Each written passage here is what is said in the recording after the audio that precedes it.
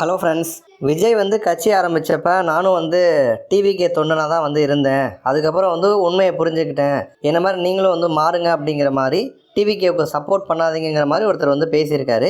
அவர் என்ன பேசியிருக்காருங்கிறத டீட்டெயிலாக பார்ப்போம். நான் விஜய் பற்றி வீடியோ போடுறதால எல்லாரும் என்ன நினைக்கிறாங்கன்னா, டிஎம்கே ஆளு, டிஎம்கே 200 ஊபி அப்படின்றானுங்க. டேய், நான் டிஎம்கே இல்லைன்னு எத்தனை வாட்டி நான் சொல்கிறது, சொன்னால் நம்ப மாட்டீங்க. நானும் ஒரு டிவிக்கு தற்கூரியாக இருந்தவன் தான். ஏன்னா விஜய் கட்சி ஆரம்பிக்கிறாரு அப்படின்னு சொன்ன உடனே ஃபஸ்ட்டு போயிட்டு டெலிகிராமில் உறுப்பினராக சேர்ந்தவன்ல நானும் ஒருத்தன் தான், வினோத் பாபு. பாருங்கள், நீங்கள் நம்ப மாட்டீங்கன்னு தெரியும். பாருங்கள், அதை நான் உங்களுக்கு ஷோ பண்ணுறேன். பாருங்கள், என்னுடைய ஐடி இதுதான், என்னுடைய உறுப்பினர் கார்டு இதுதான். நீங்கள் பார்த்தீங்கன்னா தெரியும். நான் 2 நிமிஷம் அப்படியே ஸ்லோவாக மூவ் பண்ணுறேன், அதை பாருங்கள்.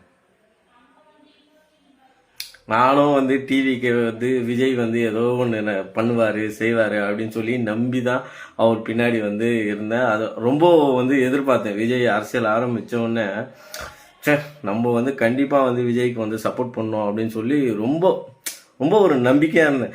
ஆனால் அவர் இந்த கரூர் சம்பவத்துக்கு பிறகு அவர் செய்கிற நடவடிக்கைகள், அவர் செய்கிற விஷயங்கள் எல்லாமே ஏருக்கு மாறாக இருக்குது. நம்ம எதிர்பார்க்கறது ஒன்று, ஆனால் அவர் செய்கிறது ஒன்றா தான் இருந்தது. அதனால தான் எனக்கு என்னடா இவர் இவ்வளோ தானா அப்படின்ற விருத்து போய் தான் நம்ம விஜயை பற்றி நான் பேசுகிறேன்னே தவிர மற்றபடி வேறு எதுவும். நம்ம ஒரு நல்ல தலைவனை மாற்றத்தை விரும்பணும் அப்படின்னு நினச்சி தான் நம்ம அவர் பின்னாடி போகிறோம். ஆனால் அவரும் எல்லாரும் டிஎம்கே பண்ணுறதா அவரும் பண்ணுறாரு, ஏடிஎம்கே பண்ணுறதா அவரும் பண்ணுறாரு. அவங்க 3 கேஸு ஃப்ரீனாங்க, இவர் 6 கேஸு ஃப்ரீன்னாரு.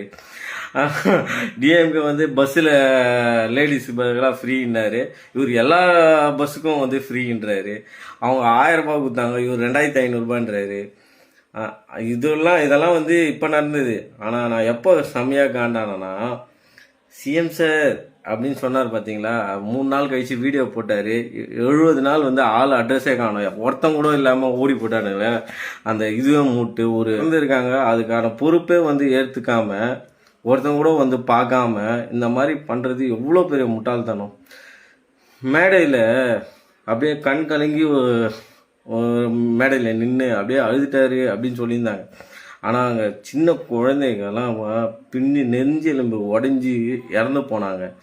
அதுக்கு லைவாக பார்த்தவங்களுக்கு எப்படி இருக்கும்? உண்மையிலே அதை டிவியில் பார்க்குறப்போவே நமக்கு அப்படியே கண்ணெல்லாம் கலங்கி போச்சு. ஆனால் அது அங்கே போய் நின்று வேலை செஞ்சவங்க ஃபேக் ஆகுதான் அப்படின்னு சொல்லிட்டானுங்க. ஆனால் எனக்கு அந்த மாதிரி தெரியல. அப்பத்துலேருந்து தான் இந்த விஜய் ஃபேன்ஸு, இந்த டிவிக்கு தொண்டர்கள், இந்த தற்கூரிங்க எல்லாம் அப்பத்துலேருந்து தான் எனக்கு இவனுங்களை பிடிக்காமே போயிடுச்சு. ஏன் கொஞ்சமாச்சும் இவங்களுக்கு மனசாட்சின்னு ஒன்று இருந்ததுன்னா, எங்கேருந்தோ செத்த பணத்தை தாண்டி இங்கே போட்டு காசு வாங்குறாங்க அப்படின்றானுங்க. வக்கீல் ஒரு தற்கூரி மாதிரி பேசினான், அவனுக்கு கூட இருக்க எல்லாருமே அப்படிதான் பேசுறாங்க. அதுலேருந்து தான் இந்த விஜய் சார் பண்ணுறதை கொஞ்சம் கூட எனக்கு பிடிக்காம போச்சு. இப்போ பண்ணுறதும் பார்த்து சரி, அப்போதான் ஏதோ தப்பு பண்ணிட்டாரு, ஏதோ ஆச்சு அப்படின்னு பார்த்தா மேலும் மேலும் தப்பு மேலே தப்பு பண்ணிக்கிட்டே தான் இருக்காரு. அதையும் இவங்க முட்டு குத்துட்டே தான் இருக்காங்க. என்னதான் ஒரு மாற்றத்தை விரும்பணும், ஒரு அரசியல் புதுசாக வர நம்ம ஒரு சப்போர்ட் பண்ணாலும் அதுக்குன்னு இப்படியா பண்ணுறது? அவங்கள விட இவர் ரொம்ப மோசமாக இருக்கிறாரு.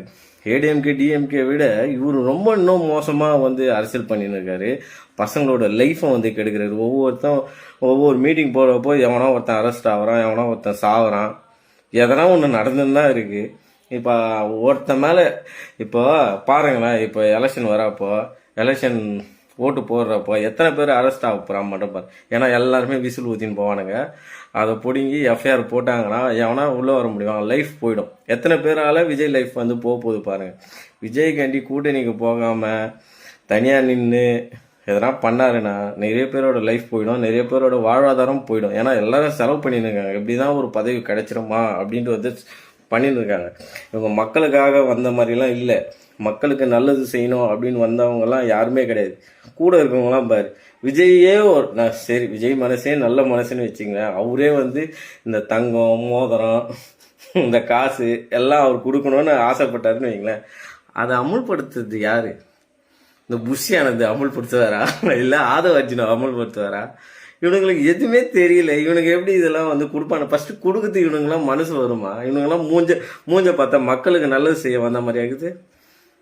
இவர் அவங்க கிட்ட பொறுப்பை ஒப்படைச்சிட்டு போயிடுவார். ஏன்னா இவனுங்க கொடுத்தானுங்களா கொடுக்கலையான்னு எப்படி தெரியும்? இவங்களாச்சும் ஏதோ கடங்கன்னு வாங்கி ஏதோ ஒன்று கொடுக்குறாங்க, இவனுங்க கொடுக்கவே மாட்டானுங்க. அப்புறம் என்ன பண்ணுவீங்க?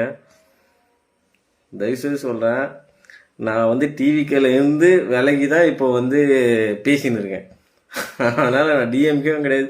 டிஎம்கே ஆட்சி பிடிக்கலட்டு தான் மாற்றத்தை வேணும் அப்படின்னு சொல்லி தான் நம்ம வந்து அவர் பின்னாடி விஜய் பின்னாடி போனோம். ஆனால் அவர் நடந்துக்கிற முறை அதுக்கு ஒரு அப்பாலஜி கூட கொடுக்கல. அத்தனை பேர் செத்தாங்க, 50 பேர்கிட்ட செத்துருக்காங்க. அவரால் ஒரு அப்பாலஜி கூட கொடுக்கல, ஒரு சாரி கூட சொல்லலை. அந்த மாதிரி தலைவனை என்னால் ஏற்றுக்க முடியல. நீங்கள் எப்படியோ. இவங்களோட ஒப்பீனியன் பற்றி நீங்கள் என்ன நினைக்கிறீங்க அப்படிங்கிறத கமெண்ட்டில் சொல்லுங்கள். நன்றி.